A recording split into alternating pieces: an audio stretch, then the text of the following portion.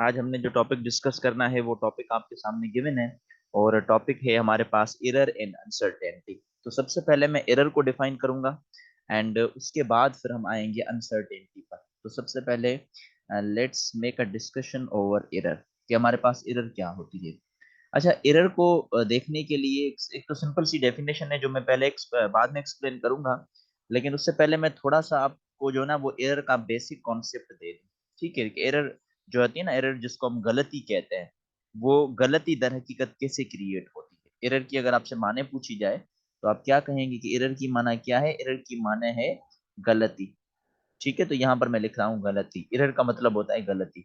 अब हम बात करते हैं कि किसी एक्सपेरिमेंट में एरर का कॉन्सेप्ट क्या है, उस गलती का मतलब क्या होता है। देखिए, मैं आपको कह रहा हूँ कि भाई आपने जो है एक रॉड की लेंथ मेजर करनी है। ये एक रॉड है, आप इस रॉड की लेंथ मेजर करेंगे, लेकिन एक मेजर्ड एक वैल्यू मैं आपको पहले से दे चुका हूँ। वो मैंने आपको जो पहले से वैल्यू दे दी है, उसे हम क्या कहते हैं? उसे हम कहते हैं एक्चुअल वैल्यू, जो पहले वैल्यू मैं आपको दे चुका हूँ। और मैं आपको कह रहा हूँ कि वो जो एक्चुअल वैल्यू है, जो पहले वाली वैल्यू है, वो इस रॉड की आनी चाहिए 5 सेंटीमीटर, 5 सेंटीमीटर। आपने क्या किया? आपने एक मीटर रूल लिया और मीटर रूल से इसकी लेंथ मेजर करना शुरू कर दी। जब आपने इसकी लेंथ मेजर की तो आपके पास जो मेजर्ड वैल्यू आई इसकी, वो 5 सेंटीमीटर नहीं बल्कि 4 सेंटीमीटर आ गई। वो कितनी आई? 4 सेंटीमीटर आ गई। अब आप देखें कि इन दोनों के बीच में डिफरेंस आ गया। वो डिफरेंस कितना आया? वो डिफरेंस ये आया कि जब हम 5 में से 4 को माइनस करेंगे, यानी कि एक्चुअल वैल्यू और माइनस मेजर्ड वैल्यू जब हम लिखेंगे, actual value minus weird value, तो उसका आंसर हमारे पास अभी कितना आएगा? उसका आंसर हमारे पास आएगा 1 सेंटीमीटर, क्योंकि 5 में से जब आप 4 को माइनस करेंगे तो आपके पास आंसर 1 आ जाएगा। अब ये जो आपको एक्चुअल और मेजर्ड वैल्यू में डिफरेंस नजर आ रहा है ना, इस डिफरेंस को हम क्या कहते हैं? इस डिफरेंस को हम कहते हैं एरर। तो अगर आपसे एरर की डेफिनेशन पूछी जाए तो आप क्या कहेंगे कि एरर की हमारे पास डेफिनेशन क्या होती है? एरर की डेफिनेशन होती है डिफरेंस। और ये किसके बीच में डिफरेंस होता है? ये डिफरेंस होता है difference between actual value and measured value. अब एक्चुअल वैल्यू क्या होती है? एक्चुअल वैल्यू वो वैल्यू होगी जो पहले से ही उसकी वैल्यू गिवन होगी। और मेजर्ड वैल्यू कौन सी वैल्यू होती है? मेजर्ड वैल्यू वो वैल्यू होती है जिसकी मेजरमेंट हम करते हैं। तो जब इन दोनों के बीच में डिफरेंस आ जाए तो उस डिफरेंस को आसान अल्फाजों में हम क्या कहते हैं? हम कहते हैं कि भाई इसके अंदर जो है वो गलती प्रोड्यूस हो चुकी है, इसके अंदर गलती आ चुकी है। तो ये है बेसिक कॉन्सेप्ट जिसको हम क्या कहते हैं? जिसको हम कहते हैं एरर।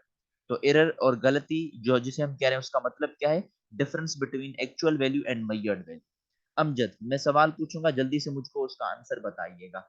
मैं बेटा अमजद आपसे आपसे ये पूछ रहा हूँ कि एक ऑब्जेक्ट है जिसका आपने मास मेजर करना है, और उस मास में जो मैंने आपको एक्चुअल वैल्यू दी है वो मैंने आपको दी है 10 ग्राम। लेकिन मैं आपको कह रहा हूँ कि जब आपने उसको मेजर किया और मेजर्ड वैल्यू जो आपको मिली, लेट सपोज वो मिली 9.3 ग्राम। तो Amjad, what would be the error in this process? इस प्रोसेस में आपको एरर कितनी मिलेगी जबकि एक्चुअल वैल्यू 10 ग्राम है और आपने 0.7? That is correct one. तो 0.7 जो आपको आंसर मिला है ना, वो एरर होता है। और आपने 0.7 कैसे निकाला? आपने एक्चुअल वैल्यू से माइनस की मेजर्ड वैल्यू में। तो जो हम डिफरेंस या माइनस करते हैं ना, उस डिफरेंस या माइनस को हम क्या कहते हैं? एरर कहते हैं। तो एरर का मतलब याद रखिएगा, जो एरर है वो डिफरेंस होता है दर हकीकत किसके बीच में? Actual value and measured value में। अच्छा, एक बड़ी इंपॉर्टेंट पॉइंट वो मैं आपको बता दूं। तो ये हुई डेफिनेशन एरर की क्लियर यहाँ पर। वो इंपॉर्टेंट पॉइंट ये थी कि आप किसी किस्म की भी कोई मेजरमेंट क्यों ना करें, और आप जितना भी केयरफुल उस मेजरमेंट को क्यों ना करें, वहां पर कुछ ना कुछ आपको डाउट की माने लाजमी मिलेगी। यानी कि जब आप कोई भी एक एक्सपेरिमेंट करेंगे ना, तो उस एक्सपेरिमेंट में कहीं ना कहीं पर आपको डाउटफुल कोई ना कोई डिजिट नजर आएगा। और वो जो डाउट को मैग्नीफाई करता है वो हमारे पास एरर कहलवाता है दर हकीकत। तो आप चाहे कितना भी एक्सपेरिमेंट बेहतर क्यों ना करें, वहां पर कहीं ना कहीं पर आपको एरर लाजमी मिलेगी। तो ये बेसिक सा कॉन्सेप्ट याद रखिएगा। ठीक है, अब हम बात करते हैं टाइप्स ऑफ एरर की, एरर की डेफिनेशन के बाद। और टाइप्स ऑफ एरर की हम बात कर रहे हैं तो हमारे पास यहाँ पर जो टाइप ऑफ एरर मिलेगी वो हमारे पास मिल रही है, लेट सपोज वो मिलती है दो। ठीक है, हमारे पास जो पहला एरर है उसे हम कहते हैं सिस्टमेटिक एरर। पहला हमारे पास क्या होता है? Systematic error. यहां पर ए में दे देता हूं, the first type of error is named as systematic error. पहला जो टाइप ऑफ एरर है उसे हम क्या कहते हैं, सिस्टमेटिक एरर कहते हैं। ठीक है, अब सिस्टमेटिक एरर क्या है उसकी डेफिनेशन पर आते हैं, लेकिन सबसे पहले मैं आपको एग्जांपल दे दूं कि सिस्टमेटिक एरर का मतलब क्या है हमारे पास। डियर स्टूडेंट्स, मैं आपको कह रहा हूं कि आप जो है वो एक स्केल लें और उस स्केल में कुछ डिजिट्स को ग्रेजुएट कर दें। ठीक है, तो मैं यहाँ पर एक स्केल बना देता हूँ, उस स्केल में मैंने कुछ डिजिट्स ग्रेजुएट कर देने हैं। वो डिजिट्स मैं ऐसे लगा लेता हूँ कि भाई यहाँ पर जो डिजिट है वो 0 है, यहाँ पर डिजिट है 1, यहाँ पर डिजिट है 2, यहाँ पर डिजिट है 3। अब यहाँ पर डिजिट 4 होना चाहिए, लेकिन इस स्केल के अंदर जो है वो यहाँ पर जो डिजिट आ गया है वो कौन सा आ गया है, 4 आ गया। सॉरी, 4 नहीं बल्कि 5 कर देते हैं इस डिजिट को, और यहाँ पर हम इसको कर देते हैं 6। ठीक है, अब देखना मैं मेजरमेंट कैसे कर रहा हूँ। मैं कह रहा हूँ कि आपके पास कोई भी एक स्केल है, तो यहाँ पर वो स्केल हम बना देते हैं ऐसे। ठीक है, मैं कह रहा हूँ इस स्केल को रखें यहाँ पर और मुझे इसकी रीडिंग बता दें। तो हमने इसको 1 पर रखा और इसका जो दूसरा पार्ट है वो 2 पर आ गया। तो अब अगर मैं आपसे इसको लेंथ पूछूं तो आप कितनी मुझे लेंथ बताएंगे, आप मुझे इसकी लेंथ बताएंगे 2 सेंटीमीटर। क्यों? क्योंकि वो 0 से स्टार्ट हुआ और 2 पर जाके खत्म हो गया। तो आपने मुझे क्या बता दी इसकी, आपने मुझे इसकी लेंथ बता दी दर हकीकत यहाँ पर। ठीक है, अब इसी तरीके के साथ हमने क्या किया, इसी तरीके के साथ हमने जो है यहाँ पर इसकी दोबारा मतलब इसी सेम की मैंने लेंथ, मैंने किसी दूसरे की लेंथ मेजर करनी है, और दूसरी जो हमारे पास रॉड है उस रॉड की मैं लेंथ मेजर कर रहा हूँ, और लेट सपोज उस रॉड की लेंथ 0 से स्टार्ट हो रही है और 3 पर जाके खत्म हो रही है। ठीक है, अब इसी तरीके के साथ मैं कह रहा हूँ अब तीसरी रॉड ने, तो हमने यहाँ पर एक तीसरी रॉड दी, उसकी लेंथ हमने 0 से स्टार्ट कर दी और यहाँ पर हमने इसको खत्म कर दिया 3 से आगे। 0 से स्टार्ट किया और 3 से आगे हमने एक डिजिट पे खत्म कर दिया। अब अगर मैं आपसे इसकी लेंथ पूछूं जो मैंने तीसरी स्केल बनाई, तो आपके जहन में इसकी लेंथ कितनी होनी चाहिए मेरे बच्चे? Sir 5 centimetre. 5 सेंटीमीटर। देखें, अब सबसे पहले तो स्केल को देखें, है ना, स्केल को हम देखेंगे। हम देखेंगे स्केल 0 से शुरू हुई थी, ये 1, ये 2, ये 3, लेकिन यहाँ पर जहां पर 4 आना चाहिए था वहां पर 5 है। यहाँ पर 4 आना चाहिए था, वो क्या, वहां पर 5 है। तो स्केल के हिसाब से, स्केल के हिसाब से इसकी जो आपको लेंथ मिली वो कितनी मिली, 5 सेंटीमीटर। लेकिन इसकी एक्चुअल लेंथ कितनी होने वाली है? 4 centimetre. 4 centimetre, that's correct one. तो वो 4 सेंटीमीटर हमारे पास इसकी जो है वो एक्चुअल लेंथ मिलेगी। तो जब हम 5 में से 4 को माइनस करेंगे तो उसे ही हम एरर कहते हैं, because error is the difference between values. उन दो वैल्यूज के बीच में डिफरेंस आपको मिलेगा। तो जब आप 5 में से 4 माइनस करेंगे तो यू गॉट 1 सेंटीमीटर। अब ये जो आपको 1 सेंटीमीटर मिला है ना, इसको हम क्या कहते हैं, एरर कहते हैं। अब ये एरर इस पूरी स्केल के अंदर चलता रहेगा। कैसे चलता रहेगा, देखें, मैं आपको कह रहा हूं कि आप क्या करें, आप जो है फिर दोबारा एक और स्केल लें जो 0 से स्टार्ट हो और कहां पर जाके खत्म हो, इस 6 पर जाके खत्म हो। स्केल के हिसाब से पढ़ेंगे तो कितनी लेंथ मिलेगी, 6 सेंटीमीटर, जिसमें स्केल ग्रेजुएट है। लेकिन जो एक्चुअल मेजरमेंट आपको मिलने वाली है वो कितनी मिलने वाली है, 5 सेंटीमीटर मिलने वाली है। अगेन दोबारा इनमें आप क्या मालूम करें, डिफरेंस मालूम करें, तो अगेन आपके पास आंसर क्या आएगा, 1 सेंटीमीटर। तो इसे हम क्या कहते हैं, इसे हम कहते हैं एरर। और इस टाइप ऑफ एरर को हम क्या कहते हैं, सिस्टमेटिक एरर कहते हैं। तो सिस्टमेटिक एरर हमारे पास जो है वो कैसे क्रिएट होती है, सिस्टमेटिक एरर क्रिएट होती है थ्रू अ सिस्टमेटिक वे। यानी सिंपली आप कह सकेंगे कि भाई एक ऐसी एरर जो हमारे pass through a particular way, एक पर्टिकुलर वे में एक मखसूस तरीके से क्रिएट हो, तो उस मखसूस तरीके से क्रिएट होने वाली एरर को हम क्या कहते हैं, उस एरर को हम कहते हैं सिस्टमेटिक एरर मेरे बच्चे। तो एक देखना पर्टिकुलर वे से दाखिल हो रही है। अब आगे ये 7वां नंबर होता तो स्केल हमारे पास 6 की बन जाती, फिर आगे चल के ये 8वां हो जाता तो स्केल हमारे पास, मतलब जितनी भी स्केल की रीडिंग आएगी आप एक एक डिजिट को क्या करते जाएंगे, कम करते जाएंगे, तो आपको उसको स्केल की क्या मिल जाएगी, एक्चुअल लेंथ मिल जाएगी दर हकीकत। तो इन टाइप ऑफ एरर को हम क्या कहते हैं, सिस्टमेटिक एरर कहते हैं। इन टाइप ऑफ एरर को हम क्या कहते हैं मेरे बच्चे, सिस्टमेटिक एरर कहते हैं। तो ये याद रखिएगा, हम सिस्टमेटिक एरर इन पर्सपेक्टिव के हिसाब से जो है वो क्लियर कर सकते हैं। मेरे बच्चे फैसल, मैंने जो है ना वो डेफिनेशन बता दी एरर की, कि एरर जो है ना वो डिफरेंस होता है। डिफरेंस मतलब सब्ट्रैक्शन। किसके बीच में सब्ट्रैक्शन होती है, ए वी और एम वी के बीच में। एवी का मतलब होता है एक्चुअल वैल्यू, किसी स्केल की कोई ना कोई एक्चुअल वैल्यू होगी, उसमें से हम मेजर्ड वैल्यू को माइनस कर देंगे। एमवी का मतलब है मेजर्ड वैल्यू। जैसे मैं आपको कहूं कि मेरे पास एक ऑब्जेक्ट है जिसकी टोटल लेंथ है 20 सेंटीमीटर, लेकिन आपने एक्सपेरिमेंट किया और आपका आंसर आया 19 सेंटीमीटर। अब मैं कहूँ ये दोनों बराबर हैं, आप कहेंगे नहीं सर दोनों में डिफरेंस है। डिफरेंस कितने का है, तो आप 20 में से माइनस करेंगे 19, तो आपके पास आंसर 1 सेंटीमीटर आएगा। तो इसमें 1 सेंटीमीटर की एरर शामिल है। तो एरर होता है difference between actual value and measured value. तो आई होप कि आपको सिस्टमेटिक एरर समझ में आ गई होगी। एक ऐसी एरर जो किसी पर्टिकुलर वे से, किसी मखसूस तरीके से हमें मिले, उसको हम क्या कहते हैं, उसको हम सिस्टमेटिक एरर कहते हैं। अब बात यह है कि क्या हम सिस्टमेटिक एरर को खत्म कर सकते हैं? हाँ, सिस्टमेटिक एरर को हम खत्म कर सकते हैं। जी बेटा अमजद। सर इसमें एरर जो है वो वन का ही होगा? हाँ हाँ, उसमें नहीं नहीं, ये लाजमी नहीं कि 1 मिले, कोई भी मिल सकता है। एरर 2 भी हो सकता है, 3 भी हो सकता है, 0.1 भी हो सकता है, 0.2 भी हो सकता है, कितना भी हो सकता है। तो देखिए, मैं स्केल के हिसाब से मेजरमेंट बता रहा था।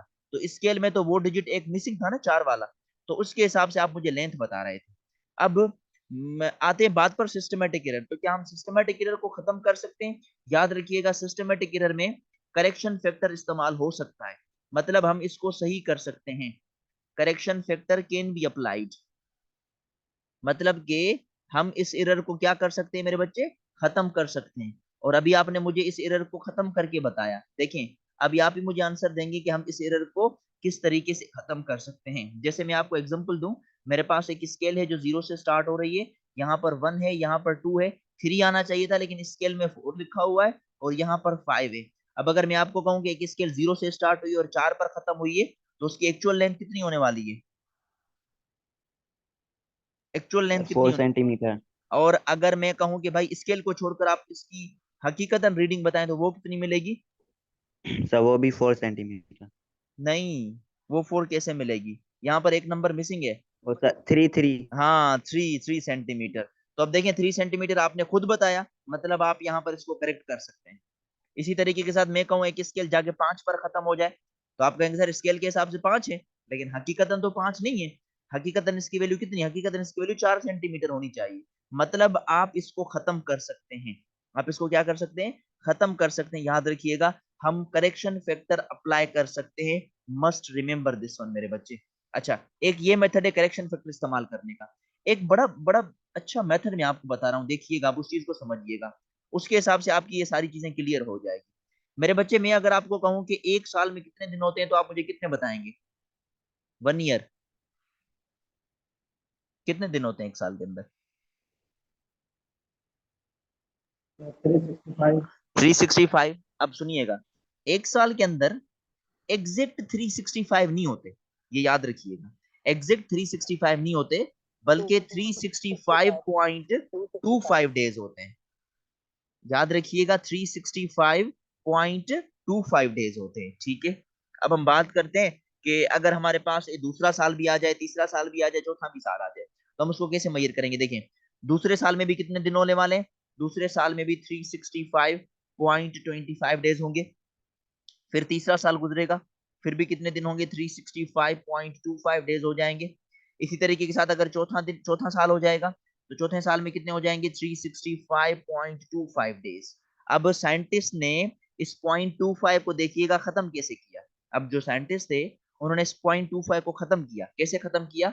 कि 4 साल के बाद पांचवा साल आएगा, 5 ईयर, है ना। 4 साल खत्म हो गए, 4 साल के बाद आया पांचवा साल। तो पांचवें साल में उन्होंने क्या किया? इन 365 को एज इट इज रख दिया, और 4 साल के अंदर जो 0.25 आए थे, तो 0.25 है, 0.25, 0.25 और 0.25, इन चारों को आप ऐड कर दें। 0.25, 0.25, 0.25, 0.25, जब मैं इन चारों को ऐड करूंगा, तो मेरे पास आंसर आ जाएगा 1। इसका आंसर मुझे मिलेगा 1। तो 365 और 1 में आपस में ऐड करूंगा, तो कितने दिन हो जाएंगे? 366 दिन। यानी कि पांचवें साल के अंदर आपको जो दिन मिलेंगे, वो कितने मिलेंगे? 366 दिन। और इसको आप क्या कहते हैं? इसको आप कहते हैं लीप ईयर। याद है, आप लीप ईयर पढ़ते हैं। तो लीप ईयर में क्या होता है? लीप ईयर में फरवरी के महीने में, फरवरी के मंथ में एक दिन बढ़ जाता है। आप पढ़ते हैं, पहले 28 दिन होते हैं, और जो वो चौथे साल के बाद वाला जो पांचवा साल आता है, उसमें एक दिन बढ़ जाता है, तो वो कितने दिन हो जाते हैं? 29 दिन हो जाते हैं। तो वो जो 29वां दिन बढ़ता है ना, 29वां दिन, वो इस साल में ऐड हो जाता है, क्योंकि वो 0.25, 0.25, 0.25 आखिर में ऐड कर देते हैं। क्यों? क्योंकि ये 0.25 हमें समझ नहीं आता, दिन का 0.25 का मतलब क्या है। तो इस चीज को खत्म करने के लिए हम क्या करेक्शन फैक्टर इस्तेमाल कर सकते हैं? जी बेटा हसन। सर मतलब कि वो दिन हमारा करेक्शन फैक्टर होता है। हाँ, हकीकत ये है। वो दर हकीकत वो जो 0.25 की लचक आ रही थी ना, जो हमें समझ नहीं आ रही थी, तो इस चीज को खत्म करने के लिए उन्होंने 4 साल के 0.25 को ऐड करके एक दिन कंबाइन कर दिया 365 में। अब तो देखिए ना, 366 दिन तो एक्यूरेट नंबर बन गया। अब इसमें तो कोई हमें मेजरमेंट चाहिए ही नहीं, वो तो 0.25 की मुश्किलातें हमें हो रही थी। तो ये है दर यस हकीकत सर। हमारे पास एरर, जिसको हम मतलब सिस्टमेटिक एरर सर कहते हैं। उन्होंने जी जी। तो उन्होंने डाउटफुल रिजल्ट्स को रिमूव कर दिया। हाँ, यही यही यही पैटर्न है कि उन्होंने वो जो 0.25 वाला काम था वो हटा दिया, उसको एक नंबर में कन्वर्ट करके उसमें उसको ऐड कर दिया। तो वैसे भी हम पढ़ते हैं कि भाई लीप ईयर में 366 दिन हो जाते हैं, क्योंकि फरवरी में एक दिन बढ़ जाता है, तो वो उन्होंने एक दिन उसी में ही ऐड कर दिया एडजस्टमेंट के हिसाब से। तो ये है दर हकीकत हमारे पास सिस्टमेटिक एरर। देखिए, एक तरीके से निकली है ना। वो तरीका क्या था? वो तरीका ये था कि 0.25 0.25 0.25 0.25 ऐसे मेजरमेंट चलती जाएगी। तो हमने क्या किया, यहाँ पर करेक्शन फैक्टर इस्तेमाल कर दिया। जैसे यहाँ तो मैंने स्केल का एग्जांपल आपको दिया, तो हसन मुस्तफा मुझे आंसर दे रहा था अबाउट दिस वन कि सर उसकी एक्चुअल लेंथ कुछ और मिलेगी कि और स्केल के हिसाब से कुछ और मिलने वाली है। तो मतलब ये हुआ कि आप इस एरर के अंदर जो है वो करेक्शन फैक्टर इस्तेमाल कर सकते हैं, यानी कि हम सिस्टमेटिक एरर को चाहें तो खत्म कर सकते हैं। कहने का मतलब ये है, हम चाहें तो सिस्टमेटिक एरर को खत्म कर सकते हैं दर हकीकत। तो ये बेसिक कॉन्सेप्ट याद रखिएगा मेरे बच्चे, सिस्टमेटिक एरर की कंडीशन में। तो ये एरर की पहली टाइप होती है। ये हम बात करते हैं एरर की दूसरी टाइप की, और दूसरी टाइप बड़ी सिंपल है। दूसरी टाइप हमारे पास क्या होती है? दूसरी टाइप हमारे पास होती है रैंडम एरर। अब इसके नाम से जाहिर है, रैंडम का मतलब ये होता है कि ये वो एरर होती है जो इरेग्युलर पैटर्न में आ जाए। इरेग्युलर मतलब हमें पता ही ना चले और वो एरर शामिल हो जाए उसके अंदर। इरेग्युलर पैटर्न मतलब ना उसको कोई पैटर्न हो, ना उसको कोई वे हो, हमें पता ही ना चले कि दर हकीकत वो एरर आई हमारे पास कहां से। तो हमारे पास क्या आएगी? एक इरेग्युलर पैटर्न की वजह से वो एरर क्रिएट हो जाएगी। अब इसको समझते हैं, उसके बाद हम इसकी डेफिनेशन पर आएंगे, और थोड़ा सा फिर मैं आपको बता दूंगा कि हम यहाँ पर जो है वो उसको रिड्यूस कैसे कर सकते हैं। मेरे बच्चे, मैं अगर आपको कहूं कि आप कोई भी एक एक्सपेरिमेंट करें, मैंने आपको पहले बता दिया था एरर की डेफिनेशन में कि आप चाहे कितना भी मतलब एक्यूरेट एक्सपेरिमेंट करना चाहें, लेकिन उसमें वो डाउटफुल डिजिट लाजमी रहता है ना? तो मतलब एरर शामिल होती है उस एक्सपेरिमेंट के अंदर। तो वो एरर की वजह से एक बंदे ने एक्सपेरिमेंट किया, और उस एक्सपेरिमेंट में उसको हर मर्तबा मुख्तलिफ रीडिंग मिली। मसलन उसने किसी ऑब्जेक्ट की लेंथ मैयर मालूम की, तो उसको सबसे पहले लेंथ मिली 1.1 सेंटीमीटर, फिर दोबारा उसको मिली 1.12 सेंटीमीटर, फिर थर्ड टाइम उसको मिली 1.2 सेंटीमीटर, फिर उसको दोबारा मिली 1.3 सेंटीमीटर। तो अब वो बंदा जितने भी एक्सपेरिमेंट कर रहा है, तो अगेन एंड अगेन उसको डिफरेंट रीडिंग मिल रही है। अब वो इस एरर को, अब उसको पता नहीं कि एरर आई कहां से। बात यही समझनी है ना, यानी कि हमें ये नहीं पता कि ये एरर कहां से क्रिएट हुई है। तो हम ये कहेंगे कि भाई ये एक अनप्रेडिक्टेबल फ्लक्चुएशंस होती हैं किसी एक्सपेरिमेंटल कंडीशंस के अंदर। यहां पर मैं लिख लेता हूं वो वर्ड अनप्रेडिक्टेबल, यानी कि जिसको आप प्रेडिक्ट ना कर सके, अनप्रेडिक्टेबल। और ये अनप्रेडिक्टेबल फ्लक्चुएशंस होती हैं जो किसी भी एक्सपेरिमेंट डेटा में क्रिएट होती रहती हैं। और ये जो अनप्रेडिक्टेबल फ्लक्चुएशंस की मैं बात कर रहा हूं, ये किसकी वजह से हो सकती हैं? एग्जांपल, जैसे मेरी वजह से हुई। मैं एक्सपेरिमेंट कर रहा हूं भाई, मुझे जो है ना वो उसको इंस्ट्रूमेंट को यूज नहीं करने आ रहा। अब इंस्ट्रूमेंट को यूज नहीं कर रहे हैं तो भाई मेरी वजह से ये गलती हो गई। अब मेरी वजह से जो गलती हो गई, तो मैं उसको पर्सन में लाऊं, लेके आऊंगा कि भाई मेरी वजह से ये चीज गलती हुई है। या तो सम टाइम ऐसे होता है कि मुझे वो इंस्ट्रूमेंट यूज करने आता है, लेकिन उस इंस्ट्रूमेंट के अंदर गलती होती है। तो अब जो इंस्ट्रूमेंट के अंदर गलती है, तो उसमें मेरा तो कोई दोष नहीं, लेकिन उस इंस्ट्रूमेंट में भी तो गलती है ना। तो इस तरीके के साथ तीसरे टाइम्स कुछ रैंडम कंडीशंस की वजह से होता है। रैंडम कंडीशंस क्या होती हैं? रैंडम कंडीशंस होती हैं ये, just like change in temperature. भाई मुझे एक एक्सपेरिमेंट करना है किसी पर्टिकुलर टेम्परेचर पर, लेकिन टेम्परेचर चेंज होता जा रहा है। जैसे हमें कहा गया कि भाई आप ये एक्सपेरिमेंट लैब में करें, कि लैब में आपको इतना टेम्परेचर चाहिए तभी आपके लिए ये एक्सपेरिमेंट सही साबित होगा। लेकिन अगर उसको मैं खुली हवा में करूंगा, तो जाहिर सी बात है मेरे पास एरर तो शामिल हो जाएगी। चेंज इन टेम्परेचर हो गया, चेंज इन ह्यूमिडिटी हो गया, चेंज इन विंड वेलोसिटी हो गया। तो ये जो एरर क्रिएट होती है, इन एरर को हम क्या कहते हैं? रैंडम। हकीकत बात यह है कि ये जो रैंडम एरर क्रिएट हुई है, इसकी रीजन हमें नहीं मालूम। ये याद रखिएगा मेरे बच्चे, हमें इसकी रीजन का नहीं पता। तो हम क्या करते हैं? हमें उस एरर को खत्म तो करना है, लेकिन इस एरर को हम खत्म नहीं कर सकते। बल्कि इस एरर को आप क्या कर सकते हैं, रिड्यूस कर सकते हैं। देखिए पीछे वाली एरर को हमने खत्म किया था, पीछे वाली जो एरर थी उसको हमने खत्म किया था सिस्टमेटिक को, लेकिन रैंडम को हम खत्म नहीं कर सकते। रैंडम को क्यों नहीं खत्म कर सकते, क्यों? क्योंकि हमें तो पता ही नहीं है कि वो एरर कहाँ से आई। हो सकता है मेरी वजह से हो सकता है इंस्ट्रूमेंट की वजह से हो सकता है एनवायरमेंटल कंडीशन की वजह से हो गई हो। तो रैंडम एरर इरेग्युलर है, अनप्रेडिक्टेबल फ्लक्चुएशंस किसी एक्सपेरिमेंटल डेटा में कंडीशंस में आ जाती हैं, ठीक है। तो उनको हम खत्म नहीं कर सकते बल्कि रिड्यूस कर सकते हैं। और रिड्यूस का मेथड हमें बताया गया, वो रिड्यूस का हमें मेथड बताया गया था by taking average values, by taking average values, है ना। आप जो है ना प्रीवियसली नाइन्थ और मैट्रिक में जब एक्सपेरिमेंट करते होंगे, जब आप नाइन्थ और मैट्रिक में मेरे बच्चे एक्सपेरिमेंट करते होंगे, तो आपने क्या किया होगा, आपने किसी भी एक्सपेरिमेंट के अंदर 3 रीडिंग्स निकालते हैं, आपको ध्यान में होगा 3 4 5 रीडिंग्स निकालते हैं, और आखिर में आप 3 रीडिंग्स की क्या निकालते हैं, मीन वैल्यू निकालते हैं। अगर आपको ध्यान में हो तो आप उसकी मीन रीडिंग निकाल लेते हैं। अब वो जो आपकी मीन वैल्यू होती है ना, उसे हम क्या कहते हैं, एवरेज वैल्यू। उसे हम क्या कहते हैं, एवरेज। एवरेज वैल्यू हम किसे कहते हैं, एवरेज वैल्यू हम कहते हैं सम ऑफ ऑल रीडिंग्स, जितनी भी रीडिंग्स हैं आप उसको क्या करते हैं, ऐड कर दें, सम ऑफ ऑल रीडिंग्स, और इसको हम डिवाइड करेंगे, किसके साथ डिवाइड करेंगे, divided by total number of readings. जितनी नंबर ऑफ रीडिंग्स आपके पास हैं उनसे आप इसको क्या कर दें, डिवाइड कर दें। तो हम कहेंगे हमें एवरेज वैल्यू मिल गई किसी भी एक्सपेरिमेंट के अंदर। मिसाल के तौर पर मैं आपको कहूं कि मेरे पास 2 डिजिट है और मुझे उसकी एवरेज वैल्यू बता दें, तो वो 2 डिजिट हैं, 2 और 3, तो मैं दोनों की एवरेज वैल्यू निकालूंगा। एवरेज का फार्मूला क्या है कि आप सबसे पहले दोनों को ऐड कर दें, तो मैं दोनों को ऐड कर दूंगा 2 + 3, फिर मैं डिवाइड करूंगा टोटल नंबर के साथ। और रीडिंग्स मेरे पास कितनी है, 2 रीडिंग है, एक 2 है और एक 3 है, तो मैं 2 के साथ इसको डिवाइड कर दूंगा।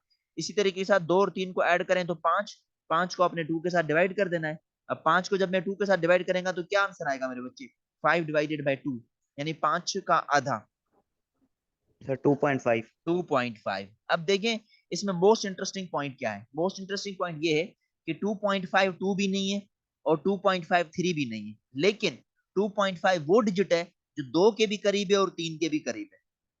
2 और 2.5 में कितना डिफरेंस है, 0.5 का। 3 और 2.5 में कितना डिफरेंस है, 0.5 का। इन्हें हम कहते हैं एवरेज वैल्यूज, जो अक्यूरेट नहीं होती, ये याद रखिएगा। सम केसेस में एक्यूरेट मिल भी जाती है, लेकिन कहीं पर अगर एक्यूरेट नहीं होती तो हम क्या करते हैं, हम वो वैल्यू निकालते हैं जो एक्यूरेट ना हो लेकिन उन रीडिंग्स के करीब हो जाए, तो उन्हें हम क्या कहते हैं, एवरेज वैल्यूज कहते हैं। तो ये है दर हकीकत रैंडम एरर और सिस्टमेटिक एरर। बड़ा सिंपल सा कॉन्सेप्ट है।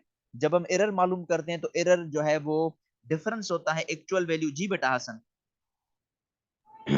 सर मतलब कि रैंडम एरर को कोई पर्टिकुलर काज नहीं होता है। काज नहीं होता, इसके बहुत सारे काजेज होते हैं, मैंने बता दिया।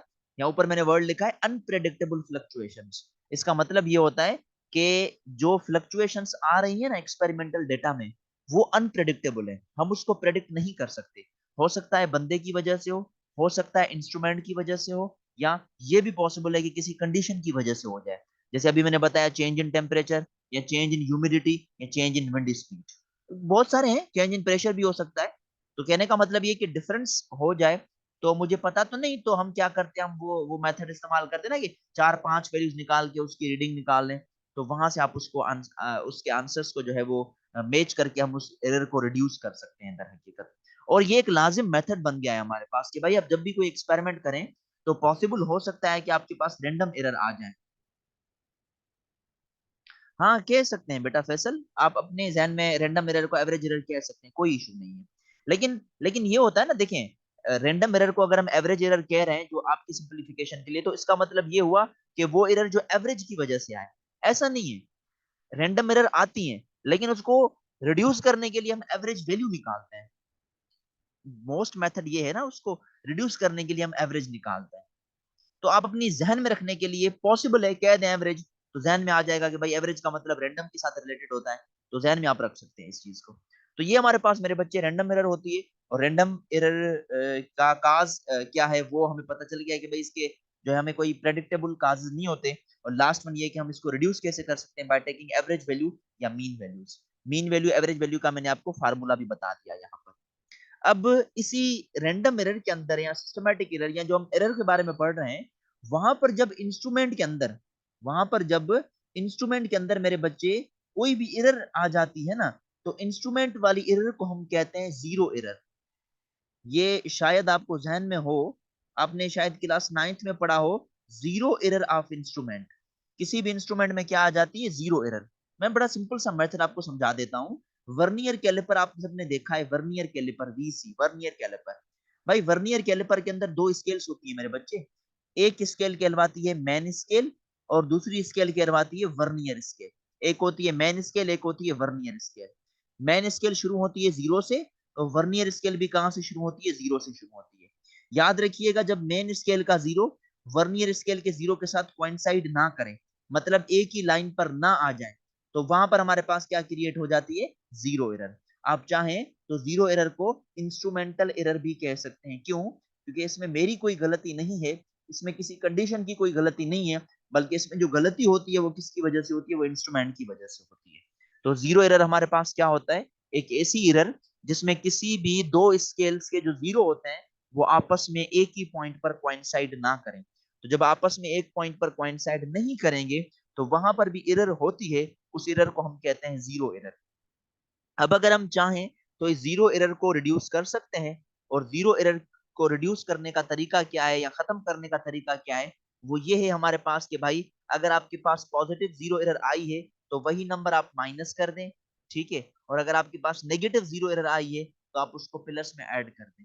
अब positive zero error negative zero error में ज्यादा डीप में नहीं जा रहा, लेकिन थोड़ा सा बता रहा हूं कि जीरो एरर पॉजिटिव भी होती है, नेगेटिव भी होती है। अगर जीरो एरर पॉजिटिव होगी तो उसकी जो मतलब करेक्शन होगी वो नेगेटिव होगी, और अगर जीरो एरर नेगेटिव हो तो उसकी जो करेक्शन होगी वो पॉजिटिव। तो ये थोड़ा सा तरीका है इन एरर्स को समझने का। तो बेसिक सा कॉन्सेप्ट है हमारे पास एरर की शमूलियत का। ठीक है मेरे बच्चे। अच्छा, अब बात ये है कि ये जो हम एरर पढ़ रहे हैं, इस पूरे एरर का मतलब सिस्टमैटिक रैंडम एरर का मेन काज क्या है, हमें ये समझना है ना भाई। हम छोड़ देते हैं बंदे को, इंस्ट्रूमेंट को, कंडीशंस को, किसी को भी हम छोड़ देते हैं। देखिए, जब बंदे से गलती हो तो उसका काज बंदा है, ठीक है। जब इंस्ट्रूमेंट के अंदर गलती आ रही है तो इंस्ट्रूमेंट को भी किसने बनाया? बंदे ने बनाया। तो मतलब डायरेक्टली या इनडायरेक्टली आंसर हमें क्या मिलेगा? बंदे का मिलेगा। तो याद रखिएगा, किसी भी एक्सपेरिमेंट के अंदर, किसी भी एक्सपेरिमेंट के अंदर जो एरर क्रिएट होती है ना मेरे बच्चे, एरर, उसका डायरेक्ट रिलेशन या इनडायरेक्ट भी होता है। डायरेक्ट हो सकता है या इनडायरेक्ट हो सकता है। तो उसका डायरेक्ट रिलेशन या इनडायरेक्ट रिलेशन किसके साथ होता है? वो होता है पर्सन के साथ। ये याद रखिएगा, जो भी एरर हो उसका डायरेक्ट रिलेशन या इनडायरेक्ट रिलेशन। जैसे डायरेक्ट मैंने बताया कि भाई मुझसे गलती होगी तो मतलब पर्सन से गलती हुई, और अगर इंस्ट्रूमेंट से गलती हुई तो ये इनडायरेक्ट है, क्योंकि इंस्ट्रूमेंट किसने बनाए? बंदों ने बनाए। तो बंदों की ही गलती की वजह से वो चीज आ गई। तो ये डायरेक्ट या इनडायरेक्ट जो रिलेशन बनता है ना एरर का, वो किसके साथ बनता है? वो बंदे के साथ ही बनता है, वो पर्सन के साथ ही बनता है। तो याद रखिएगा, एरर का डायरेक्ट या इनडायरेक्ट जो रिलेशन है वो बंदे के साथ है, वो जो गलती हो रही है हमारे पास। अब सवाल ये है कि सर क्या ऐसी भी कोई गलती है जिसमें बंदे का कोई काज ना हो? तो जी मेरे बच्चे, उसे हम कहते हैं अनसर्टेनिटी। उसे हम क्या कहते हैं? अनसर्टेनिटी। तो let's move towards uncertainty. Uncertainty की हम तरफ मूव कर रहे हैं कि अनसर्टेनिटी हमारे पास क्या है। मेरे बच्चे, मैं एक स्केल बना रहा हूँ, उसके बाद हम उसकी जो है ना वो वैल्यूज को देखेंगे कि हमारे पास किस वजह से ये सारी चीजें आ जाती हैं। देखिए, मेरे पास एक स्केल है, उस स्केल में ये 0 रीडिंग है, ये 1 रीडिंग है, ये 2 रीडिंग है, ये 3 रीडिंग है, ठीक है। अब उन दो डिजिट्स के बाद बीच में छोटे छोटे डिजिट्स होते हैं, अगर आपने इंस्ट्रूमेंट देखे हो तो 0 और 1 के बीच में छोटे से डिजिट्स लिख लेता हूँ, ठीक है। 1 और 2 के बीच में भी छोटे से डिजिट्स लिख लेता हूँ, 2 और 3 के बीच में भी मैं छोटे से डिजिट लिख लेता हूँ, ठीक है। अब 2 और 3 को थोड़ा सा जूम करके देखते हैं, 2 और 3 को थोड़ा सा बड़ा करके दिखाता हूँ मैं कि 2 और 3 है, और इनमें से जो डिजिट है वो ये है, 1 2 3 4 5 6 7 8 9 10, ठीक है। मैं आपको कह रहा हूँ कि स्केल 0 से शुरू हुई है और 2 पर जाके खत्म हुई है। स्केल 0 से शुरू हुई है और 2 पर जाके खत्म हुई है, तो आप क्या कहेंगे? आप कहेंगे सर इसकी लेंथ 2 सेंटीमीटर है। तो मुझे बात समझ में आती है। फिर मैं आपको कहूँ कि भाई ये 2 से 1 डिजिट आगे जा रही है यहाँ पर, तो आप मुझे बताएं अब इसकी लेंथ कितनी होगी अगर हम इसको सेंटीमीटर में मेजर करें तो? What would be its length right now? 2 से वो जो छोटा वाला डिजिट है वो आगे की तरफ गया, तो टोटल रीडिंग आपको कितनी मिलेगी यहाँ पर?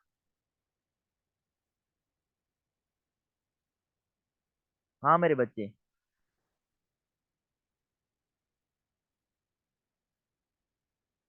अगर मैं आपको कहूं कि जीरो से स्केल शुरू हो रही है, जीरो से, और दो पर जाके खत्म हो रही है, तो रीडिंग दो है। लेकिन दो से एक डिजिट आगे गया, दो से एक डिजिट छोटा आगे गया, तो कितना कितना आंसर हमें मिलेगा? 2.1। 2.1 करेक्ट है, 2.1। और अगर एक और डिजिट थोड़ा सा ऊपर की तरफ चला जाए, आगे की तरफ चला जाए, तो 0.2, फिर थोड़ा एक डिजिट 0.3। तो ऐसे ऐसे आप उसमें क्या करते जाएंगे, नंबर्स को ऐड करते जाएंगे। ठीक है। अब अगर मैं आपको कहूं कि ये जो स्केल है, ये जो स्केल है, अब ये कहां पर आ जाए, ये जीरो से स्टार्ट हो, लेकिन ये दो और 0.1 के बीच में आ जाए, ये दो और 0.1 के बीच में आ जाए। अब मैं आपको कहूं कि अब आप मुझे इसकी लेंथ बताएं, तो आप कहेंगे सर हम इसकी लेंथ मैयर नहीं कर सकते, हम इसकी लेंथ मैयर नहीं कर सकते। क्यों? क्योंकि आप कहेंगे सर हम जो इस स्केल के साथ कम से कम डिजिट मैयर कर रहे हैं, वो कितने का कर रहे हैं, वो 0.1 का कर रहे हैं। ये जो आपको छोटे से डिजिट नजर आ रहे हैं ना, ये 0.1 के हैं। तो छोटे से छोटा डिजिट जो है, जिसको आप फिजिक्स की लैंग्वेज में लीस्ट काउंट कहते हैं, वो यहाँ पर 0.1 है, उससे कम हम मैयर नहीं कर सकते। तो क्या इसमें इंसान की गलती? नहीं। इसको हम क्या कहते हैं, इसको हम कहते हैं लिमिटेशंस इन इंस्ट्रूमेंट। लिमिटेशंस इन इंस्ट्रूमेंट मतलब ये इंस्ट्रूमेंट के अंदर एक लिमिट हो गई है। और लिमिट कितनी है? वो लिमिट ये है कि आप यहां पर किसी भी ऑब्जेक्ट की जब लेंथ मेजर करेंगे, तो लेंथ आपको कितनी मिलनी चाहिए मेरे बच्चे? 0.1 सेंटीमीटर की मिलनी चाहिए।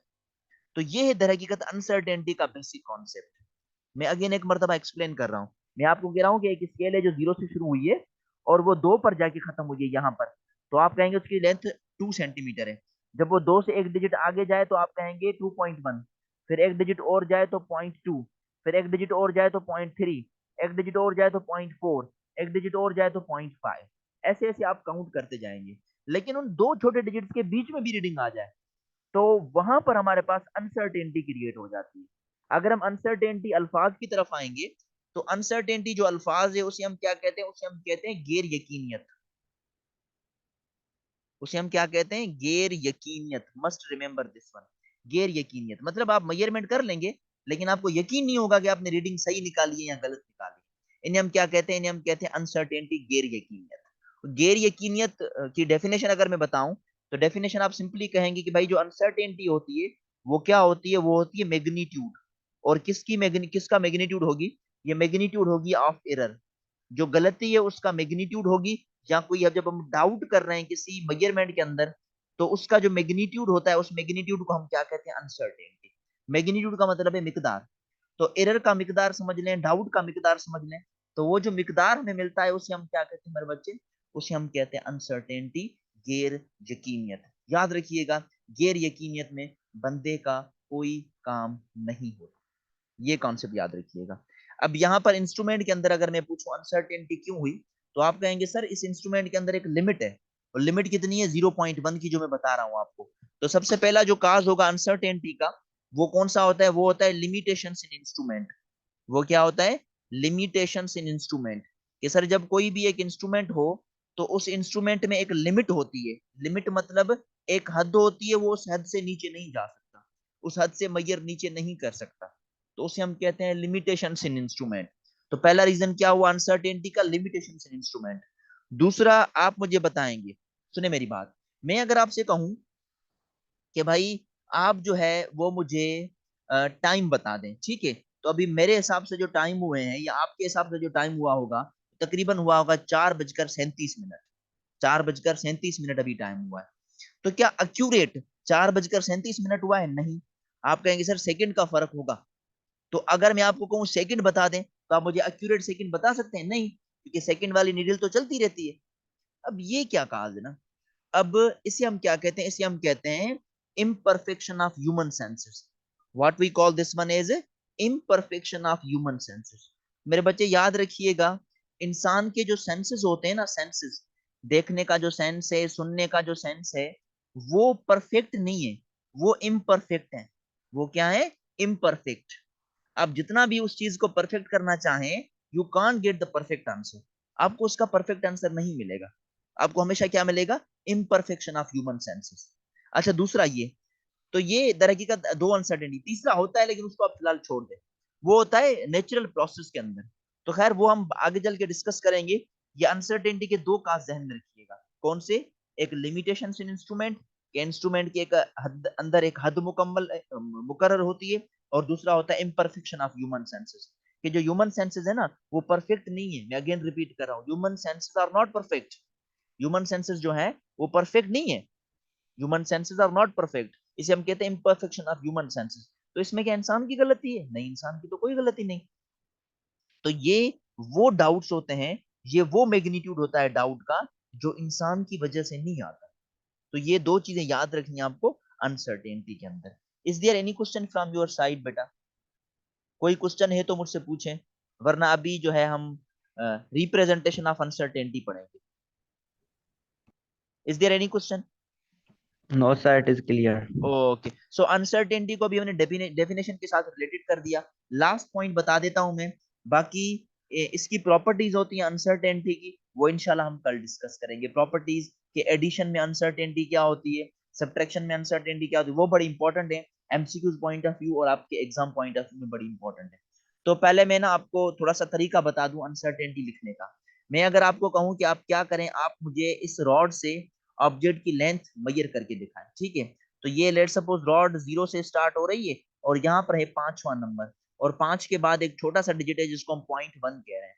तो वो जो स्केल है वो 0 से स्टार्ट हुई है और 5 के बाद एक डिजिट पर जाके खत्म हो रही है, ठीक है? तो आपको इसका जो आंसर मिला वो मिला 5.1, क्योंकि 5 में से एक नंबर आगे, ये 5.1 5.1 मिला। लेकिन अनसर्टेनिटी मैंने क्या बताया था? डाउटफुल डिजिट, वो गैर यकीनियत होती है। तो गैर यकीनियत को हम शो करते हैं प्लस माइनस के साथ। गैर यकीनियत को क्या शो करते हैं?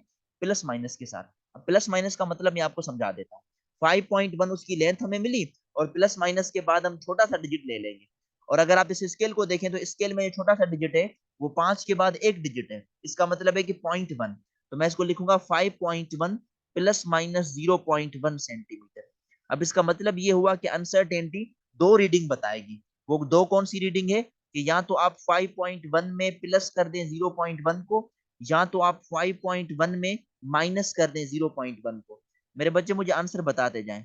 अगर मैं 5.1 में 0.1 ऐड करूंगा तो आंसर क्या आएगा? 5.2। It's becomes 5.2। और अगर मैं 5.1 में से 0.1 माइनस करूंगा तो मेरे पास आंसर आ जाएगा 5.0। यानी कि अनसर्टेनिटी का जो जवाब होगा वो 5.0 और 5.1 के बीच में। और 5.0 और 5.1 के बीच, 5.2 के बीच में आंसर क्या है? वो 5.1 ही होता है विथ 0.1 डिफरेंस। तो ये है दर हकीकत representation of uncertainty. I hope that you got the concept regarding uncertainty and error. Uncertainty भी समझा दिया, एरर भी समझा दिया। इंशाल्लाह कल फिर डिस्कशन हम करेंगे rules for determining uncertainty in any experiment या इन एनी